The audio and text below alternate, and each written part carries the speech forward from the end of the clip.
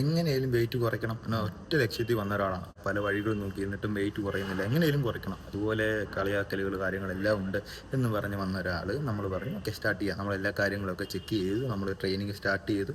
പക്ഷേ നമ്മുടെ ഡെഡിക്കേഷൻ എന്ന് പറഞ്ഞാൽ പ്രോപ്പറായിട്ട് എല്ലാ കാര്യങ്ങളും അപ് ടു ഡേറ്റ് ആയിട്ട് നമുക്ക് അപ്ഡേറ്റ് ചെയ്യുമായിരുന്നു. നമ്മൾ പറയുന്ന എല്ലാ കാര്യങ്ങളും പ്രോപ്പറായിട്ട് ഫോളോ ചെയ്യുമായിരുന്നു. ആളൊരു നേഴ്സാണ്, സൗദിയിലാണ്. അപ്പം ഷിഫ്റ്റ് കാര്യങ്ങളെല്ലാം മാറും. അത് നേഴ്സുമാർക്ക് അറിയാം അവിടുത്തെ കാര്യങ്ങൾ. പക്ഷേ ആ ഒരു ഡെഡിക്കേഷൻ വെച്ചാൽ വേറെ ഒരു തരത്തിലുള്ള ഫുഡ് കാര്യങ്ങൾ എക്സ്ട്രാ കഴിക്കുകയോ ഇല്ലെങ്കിൽ ഡയറ്റ് തെറ്റിക്കുകയോ ഒരു പരിപാടിയില്ല. ഡെയിലി ടൈം കണ്ടെത്തി വർക്കൗട്ട് ചെയ്യുക, അതുപോലെ തന്നെ ഫുഡ് കഴിക്കുക, എല്ലാ കാര്യങ്ങളും പ്രോപ്പറായിട്ട് ചെയ്തുകൊണ്ട് തന്നെ ആ ഒരു ഈ ഒരു രീതിയിലോട്ട് എത്തുകയും ചെയ്തു. വളരെ ഹാപ്പി ആവുകയും ചെയ്തിട്ടുണ്ട്. അതുപോലെ തന്നെ എൻ്റെ ഒരു നല്ലൊരു ബെസ്റ്റ് ക്ലയൻറ്റാണ്, ഓൺലൈൻ ക്ലയൻ്റ് ആയിരുന്നു. അപ്പോൾ ഇതുപോലെ നിങ്ങൾക്കും ചേഞ്ച് ആവും. നമ്മളൊരു കാര്യം മാത്രം ആലോചിച്ചാൽ മതി. നമ്മൾ 1-2 മാസം കൊണ്ട് നിങ്ങൾക്ക് റിസൾട്ട് കിട്ടത്തില്ല.